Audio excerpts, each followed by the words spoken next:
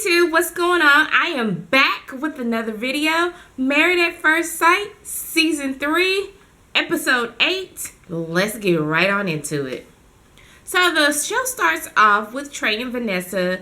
They're sitting at home. You can see that something is bothering Vanessa. Tre is trying to get Vanessa to tell him, and she's doing what most typical women do. Nothing's wrong. I'm alright. And he's like, I can clearly see that there's something wrong. You can talk to me. And she's like, I'm okay.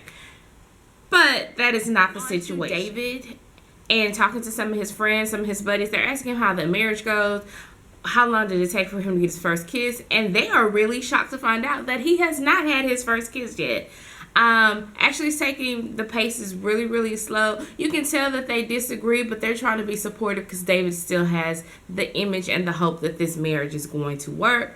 They give him advice and they just support him, which are true friends are supposed to support you in any situation. So the clinical psychologist, like I told you guys, I can never remember these experts' names.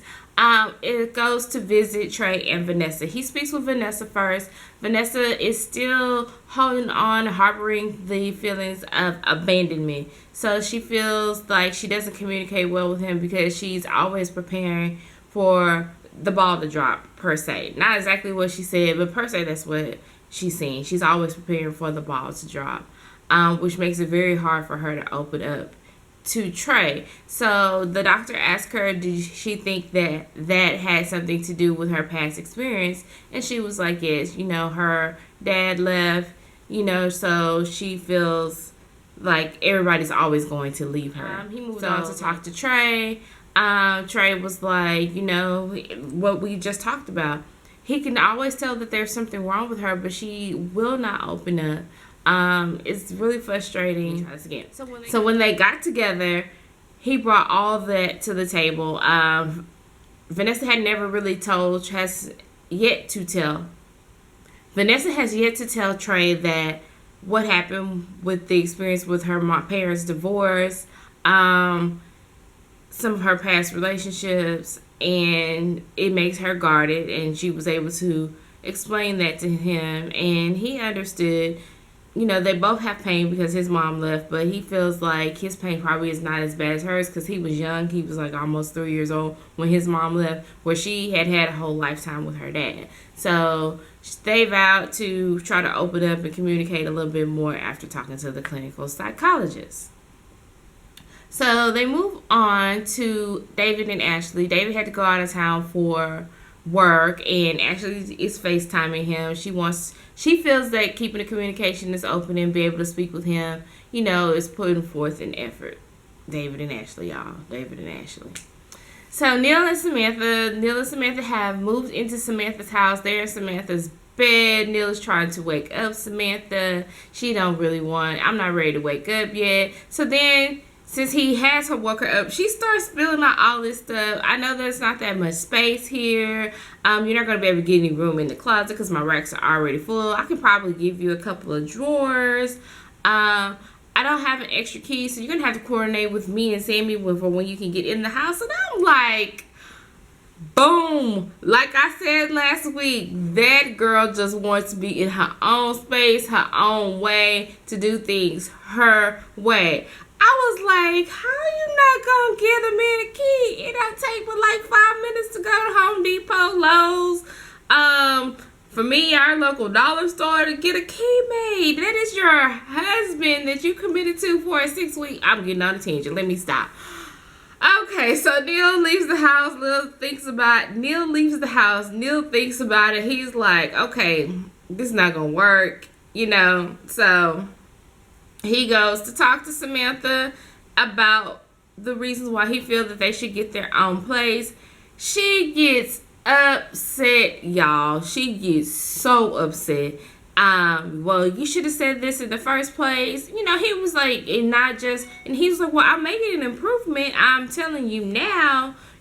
I feel Sammy needs her space. I think in order for this to work, we need to have our own space. Well, I don't have time for this. I don't want to move, blah, blah, blah. She came at him first. So when he made a snappy comment, he called himself being sarcastically joking like she was. She got mad, and and kicked old boy out of the house. Get out of my house. That is exactly why they should not have moved into her place. So, Trey and Vanessa are going to go visit her mom. In the car, Trey takes the opportunity to try to get to know, or Vanessa, I'm not really sure, took the time to get her to get to know each other's relationships and how they work. Trey has only had 2 serious relationships. The last relationship really hurt him, and that is part of the reason why he became the party boy that he was before he got into this experiment. Vanessa had like a high school sweetheart that had dated into college and a couple other serious relationships, and they, just didn't pan out. So when they got to Vanessa's mom's house, Vanessa's mom showed Trey a lot of pictures and things, and Trey and Vanessa's mom got to kind of have a one-on-one. Trey learned that Vanessa doesn't really open up to her mom either. Ever since her father left, she has kind of been in shutdown mode when things become difficult, or it's something that she just feels like she can't deal with. Knowing that she's done this with her own mom that she's known all of her life, Trey feels a little bit better about the situation and is hoping that their marriage will help her break out of this shell. David is back from his business trip. Actually, she's trying to show him where she did laundry, and she threw towels and she got lint all over the shirt. She said that she's gonna lint brush it out. David gives her a hug and then in turn throws her on the bed. Belle gets super upset and starts barking and acting all crazy, and is all up under Ashley. And David expressed that, that Belle was the ultimate block for anything. Whenever he touched to try to get close, she gets all up under her, she barks, whatever. So Ashley seemingly understood, and she locked Belle out of the room. She said she's gonna cry, and David said, "Oh, that's gonna make me feel real bad now." But it's something that needed to happen. Later on, David has 2 friends come over for like a little intimate barbecue to meet with Ashley. She seemed very receptive to his friends. I was a little thrown off because I think it should have been one of her friends, one of his friends, if they were only going to do 2 people, or maybe they could have did 4, 2 of her friends and 2 of his friends. But whatever, she seems a little receptive to his friends. They are kind of standoffish because they know kind of the background of what's going on. But they try to get to know her, get a hug. That was that.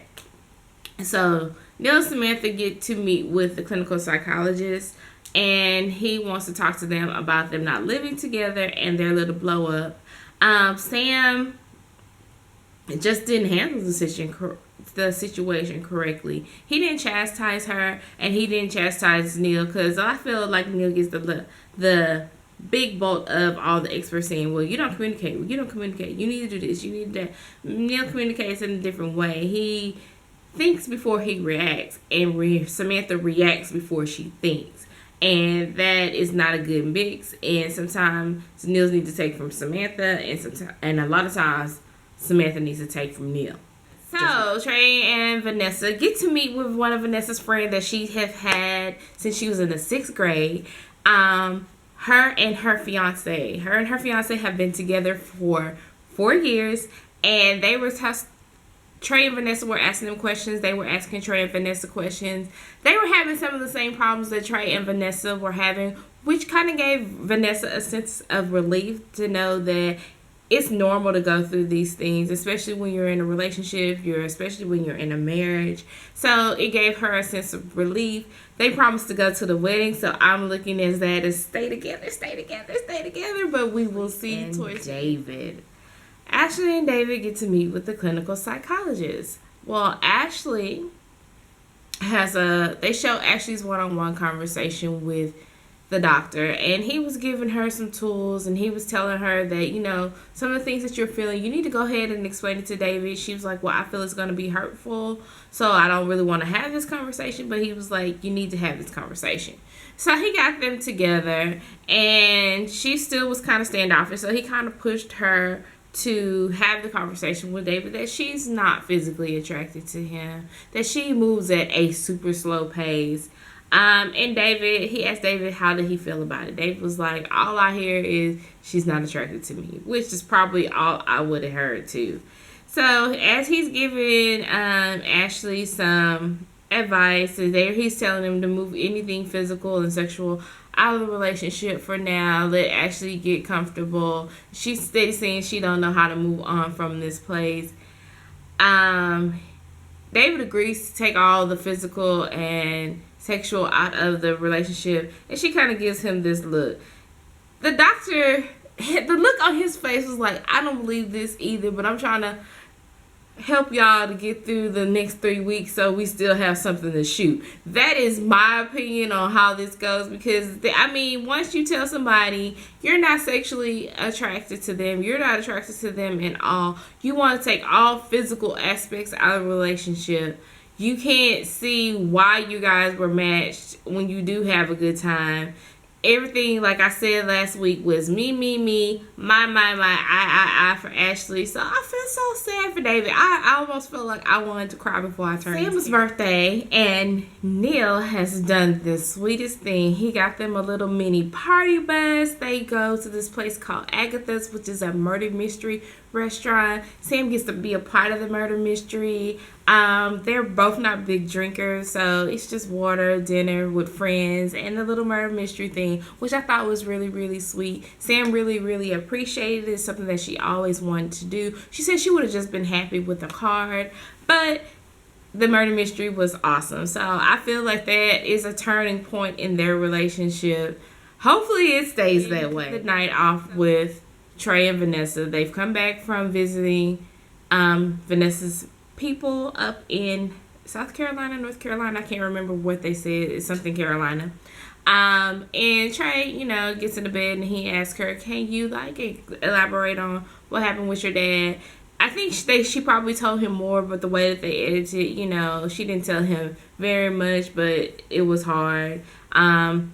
They understand they were matched because of the tragedies that they've had in their life, but they're really, really wanting to make this work and giving it a good go at just being a marriage and falling in love with each other, which I really, really appreciate. So that was our episode for Married at First Sight this week. Thank you guys for watching. Please share my video, comment on my video, like my video, and if you haven't already, subscribe to the channel.